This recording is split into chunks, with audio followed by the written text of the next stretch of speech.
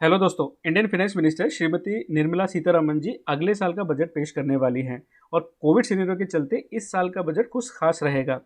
हालांकि इस पूरे साल ही गवर्नमेंट ने इकोनॉमी में कॉन्टिन्यूटी बनाए रखने के लिए मिनी बजट जैसे सिनेरियोज क्रिएट किए थे कि उन्होंने ईसीएल जैसी स्कीम इंट्रोड्यूस करी थी, आत्मनिर्भर भारत आदि स्कीम इंट्रोड्यूस करी थी।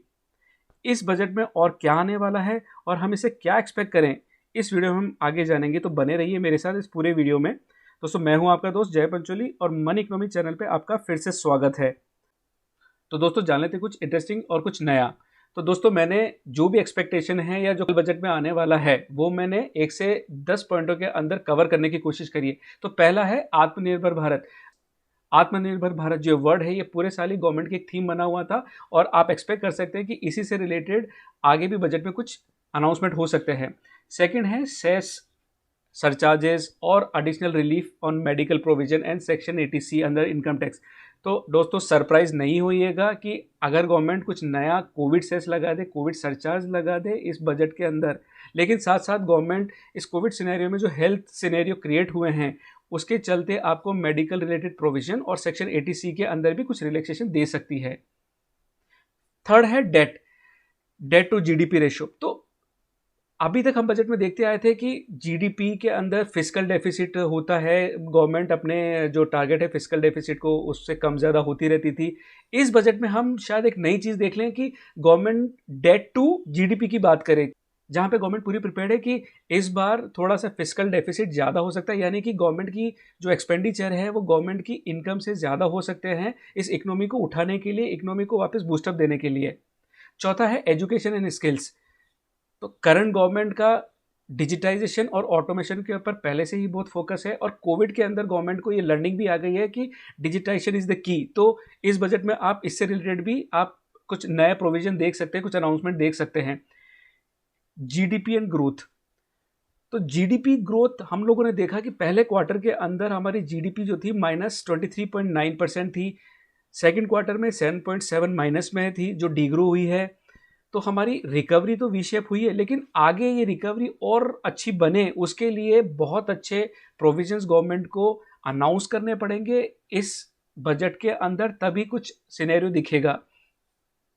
तो दोस्तों, सिक्स्थ है हेल्थ केयर। तो कोविड तो आपके मेडिकल और हेल्थ रीजन से रिलेटेड है और गवर्नमेंट को यहाँ पे एक बहुत अच्छा लेसन मिल गया हुआ है। In fact not India, government across the world ये लेसन मिल गया हुआ है कि हेल्थ केयर के अंदर हमको ज़्यादा ध्यान देना है। तो इंडिया का जो जीडीपी है उसके अंदर हेल्थ केयर को जो कॉन्ट्रीब्यूशन जाता है वो बहुत कम है। तो आप एक्सपेक्ट करिए इस बजट के अंदर हेल्थ केयर से रिलेटेड भी बहुत अच्छा अनाउंसमेंट हो सकता है या कुछ और नए प्रोविजंस आ सकते हैं। सेवन्थ है जॉब्स एंड लेबरर्स। ये बहुत बड़ा मुद्दा हमेशा से रहा है कि जॉब्स बहुत कम है हमारे यहाँ पे अनएम्प्लॉयमेंट बहुत ज़्यादा, और इवन कोविड सिनेरियो से पहले ही अनएम्प्लॉयमेंट की सिचुएशन जो थी वो थोड़ी सी ग्रेव थी और कोविड ने तो और उसको ज़्यादा खतरनाक बना दिया है। सिमिलरली हमने देखा कि कोविड के दौरान सबसे जो ज़्यादा हिट हुए हैं वो लेबरर्स हुए हैं, चाहे वो माइग्रेंट है या नॉन माइग्रेंट लेबरर्स हैं। तो गवर्नमेंट को कुछ ना कुछ अच्छा और कुछ ना कुछ पुख्ता अनाउंस करना पड़ेगा इस बजट के अंदर लेबर्स के लिए और जॉब क्रिएशन के लिए।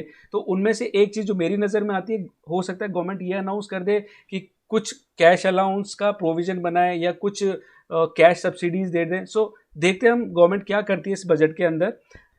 एट्थ है एनपीएस। तो कोविड लॉकडाउन के चलते बहुत से बिजनेसेस बंद हो गए, लोगों की जॉब चले गई हैं, लोग अपने ईएमआई टाइम पे नहीं भर पाए, चाहे वो सैलरीड था, वो सेल्फ एम्प्लॉयड था, बिजनेसमैन था, जो भी था। तो उसके चलते उसने मोराटोरियम भी लिया, उनको लोन रिस्ट्रक्चरिंग भी मिला, लेकिन उससे एनपीए की समस्या बढ़ गई, वो कम नहीं हुई है। तो इस एनपीए को कैसे टैकल किया जाएगा, तो ये पब्लिक सेक्टर और प्राइवेट सेक्टर दोनों के लिए ही चिंता का विषय है। तो पब्लिक सेक्टर की बैंक का रिकैपिटलाइजेशन हमेशा से एक इशू रहा है, तो गवर्नमेंट को पब्लिक सेक्टर की जो रिकैपिटलाइजेशन है उसके बारे में भी सोचना पड़ेगा, क्योंकि जो पब्लिक सेक्टर बैंक्स का एनपीए है वो हमेशा से ज़्यादा रहा है प्राइवेट सेक्टर बैंक से। नाइन्थ है रिफॉर्म्स। गवर्नमेंट हमेशा से रिफॉर्म्स करती आई है और हर बजट के अंदर कुछ ना कुछ रिफॉर्म्स आते रहे हैं, जैसे फार्म लॉज गवर्नमेंट ने इंट्रोड्यूस किए, इंश्योरेंस के अंदर एफडीआई लिमिट बढ़ाई गई है वगैरह। तो इस बजट में भी आप एक्सपेक्ट करिए गवर्नमेंट्स कुछ ना कुछ और प्रोविजन लेके आ सकती है रिफॉर्म से रिलेटेड। लास्ट है बिहेवियरल चेंज। कोविड ने, चाहे वो कंज्यूमर है चाहे वो बिजनेस है, सबका बिहेवियर चेंज किया है, सबको एक रीथिंकिंग दी है कि हम कैसे बिहेव करें, चाहे वो हेल्दी मैनर में है, चाहे हम रूटीन बिजनेस करते हैं, जो भी चीज़ें हैं। सो हो सकता है उससे रिलेटेड भी गवर्नमेंट कुछ अनाउंस करे, कुछ सोशल ताने बाने से रिलेटेड, कुछ इकोनॉमिक ताने बाने से रिलेटेड यहाँ पे कुछ अनाउंसमेंट हो सकता है। तो दोस्तों ये थी सारी इन्फॉर्मेशन जो हम एक्सपेक्ट कर सकते हैं, जो गवर्नमेंट अनाउंस कर सकती है इस आने वाले बजट के अंदर। आशा करता हूँ ये वीडियो आपको पसंद आया होगा, और पसंद आया है तो इसको कर दीजिए लाइक, और कर दीजिए अपने दोस्तों और फैमिली मेम्बर्स के साथ शेयर। आप मेरे चैनल पर नए हैं तो कर दीजिए इसको सब्सक्राइब और दबा दीजिए बेल आइकन। मिलते हैं फिर किसी ऐसी एजुकेटिव और इन्फॉर्मेटिव वीडियो के साथ में। तब तक के लिए हैप्पी रहिए, हेल्दी रहिए।